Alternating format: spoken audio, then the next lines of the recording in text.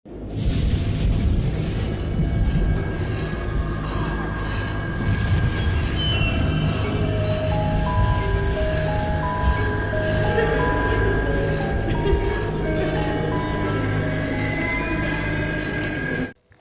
ini kita akan membahas mengenai seorang perempuan yang pernah memenangkan Miss Western. Anita Lauren Kabi adalah seorang wanita Australia. Ia berusia sekitar 26 tahun.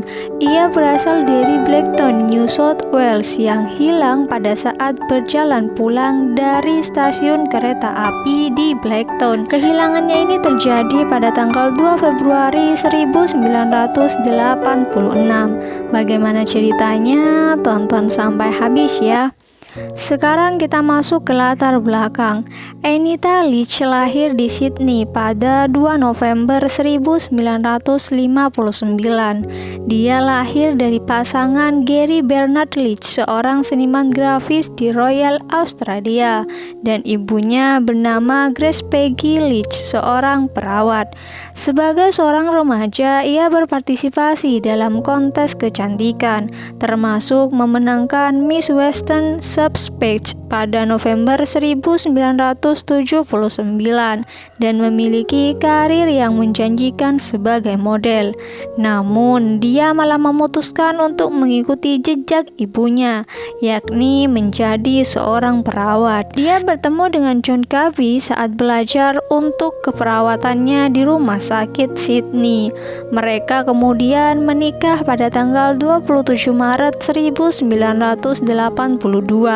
Namun sebelum tahun 1986 mereka memutuskan untuk berpisah dan Anita kembali tinggal bersama orang tuanya di Blacktown, New South Wales. Kronologi kejadian. Anita bekerja di Sydney dan pulang pergi setiap hari dari rumahnya di Blacktown. Pada hari kejadian, dia selesai bekerja di rumah sakit Sydney pada pukul 3 sore dan bertemu teman-temannya untuk makan malam di Redfern terdekat. Setelah selesai, Anita kemudian naik kereta api dari stasiun kereta sentral ke stasiun Blacktown. Sesampainya di Blacktown, dia biasanya akan menelpon ayahnya yang akan menjemputnya. Akan tetapi pada hari naas itu dia tidak menelpon ayahnya karena ponsel yang ia miliki rusak dan ditambah lagi tidak ada satupun taksi yang ada di pangkalan.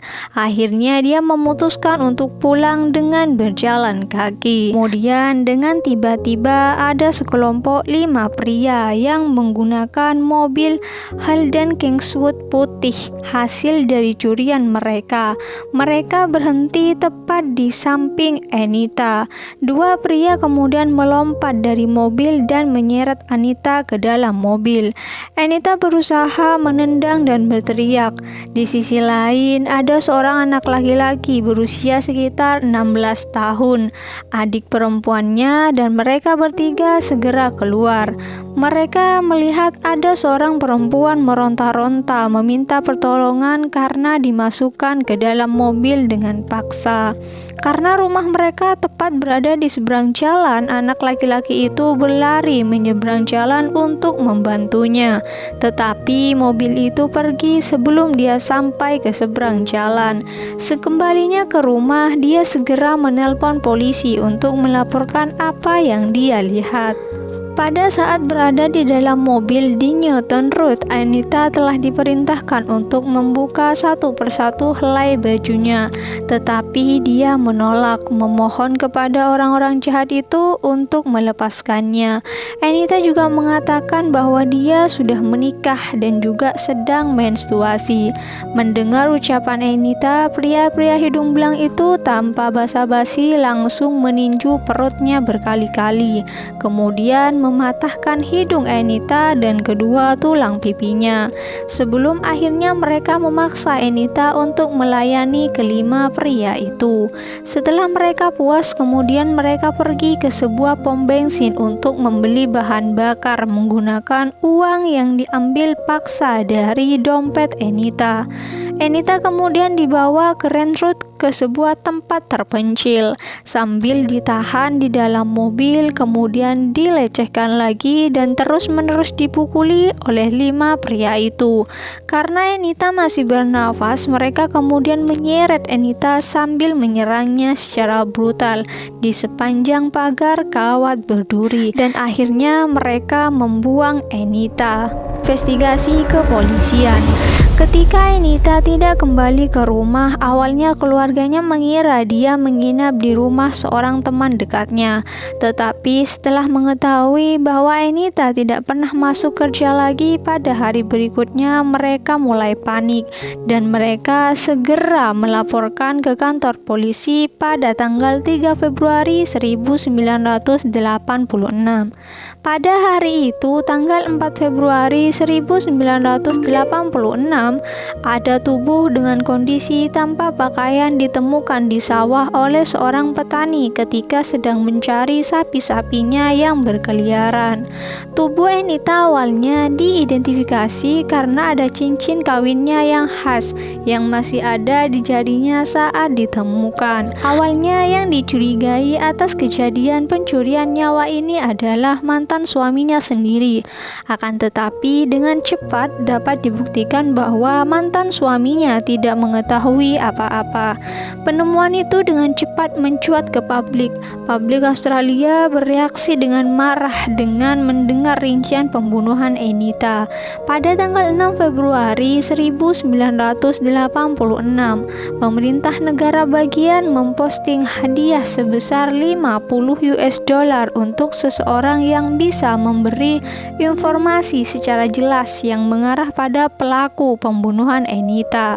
Dan pada tanggal itu juga pembawa acara radio pagi yang bernama John Lewis memperoleh bocoran salinan laporan otopsi Anita yang berisi rincian eksplisit dari luka-lukanya dan membacanya secara langsung di siaran radio yang mengejutkan dan membangkitkan sentimen publik.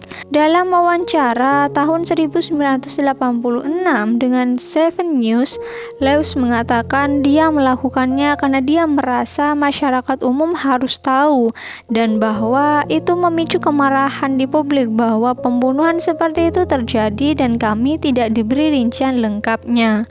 Pada tanggal 9 Februari 1986, polisi mengadakan rekonstruksi dengan cara menirukan gerakan Anita pada malam kepergiannya dengan harapan dapat mengingatkan kembali para pelancong atau orang lain yang mungkin pernah melihatnya. Polisi Debbie mengenakan pakaian yang mirip dengan Anita dan naik kereta sekitar pukul 9 ke Blacktown.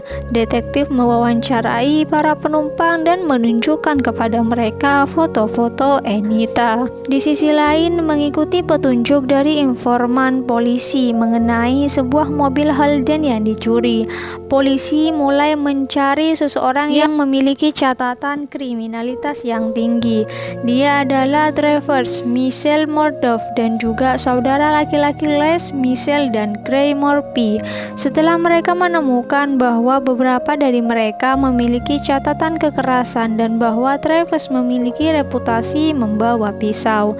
Pada tanggal 21 Februari 1986, polisi menangkap Travis dan Murdoch di rumah paman Travis di Les Morphy di rumah Travis sendiri.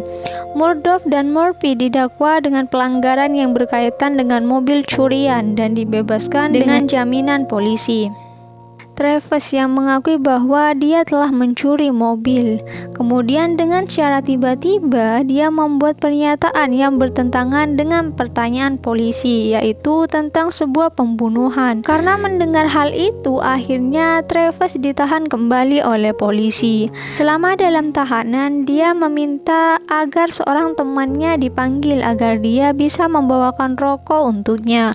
Nomor telepon diserahkan kepada polisi, kemudian dilanjutkan dengan penyidik yang menghubungi temannya. Ternyata itu merupakan seorang perempuan. Setelah ditelusuri, ternyata wanita itu adalah Bibi Travis. Dia dijuluki sebagai Miss Egg. Polisi diam-diam meminta bantuan untuk mendapatkan informasi mengenai pembunuhan yang sempat disebutkan oleh Travis. Bibi Travis setuju untuk membantu penyelidikan. Akhirnya, Bibi Travis memutuskan untuk bertemu dengan seorang petugas dan memberinya rincian latar belakang dari Travis. Tidak berhenti di situ, kemudian dia diperintahkan kembali oleh polisi untuk berbicara dengan Travis. Kali ini dengan menggunakan mikrofon tersembunyi dan juga menggunakan rekaman. Dia setuju untuk menyembunyikan perangkat mikrofon rekaman tersebut di branya saat dia mengunjungi Travis di selnya, dan disitulah Travis mengakui semua perbuatannya. Travis mengaku melakukan hal tersebut tidak sendirian, melainkan bersama 4 temannya. Dari informasi yang didapat, Bibi Travis juga ditugaskan oleh polisi untuk mewawancarai temannya juga dengan menggunakan alat perekam tersembunyi untuk merekam pernyataan mereka.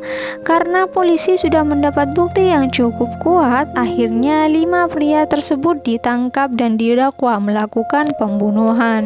Polisi dipuji atas respon cepat mereka dalam menangkap semua tersangka yang terlibat, dengan total waktu sekitar 22 hari dari saat kejadian mengerikan itu terjadi.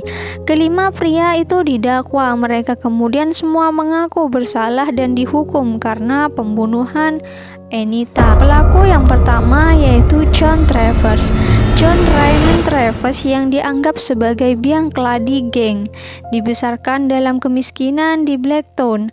Dia merupakan anak tertua dari 8 bersaudara dari orang tua remaja yang belum menikah. Pelaku kedua, Michelle Murdoch. Michelle Murdoch adalah teman masa kecil dan juga rekan kriminal Travis. Dia juga menghabiskan sebagian besar masa kecilnya di penjara remaja. Pelaku selanjutnya yaitu 3 bersaudara. Yang pertama, Michelle Murphy berusia 33 tahun. Pelaku yang keempat, Gary Murphy berusia sekitar 28 tahun. Pelaku yang kelima, Les Murphy berusia sekitar 22 tahun. Dia merupakan anak bungsu dari anak-anak Murphy dan dikenal memiliki temperamen terburuk. Itulah cerita mengenai Miss Weston Anita Lauren Kabi. Bagaimana menurut kalian? Silakan komen di kolom komentar. Semua informasi yang disampaikan dari awal hingga akhir berdasarkan artikel-artikel yang sudah tersebar di internet. Terima kasih untuk kalian yang sudah nonton sampai habis. Jangan lupa di like, komen, serta share ke sosial media kalian. Jangan lupa di subscribe juga. Kita ketemu di konten-konten selanjutnya. Terima kasih.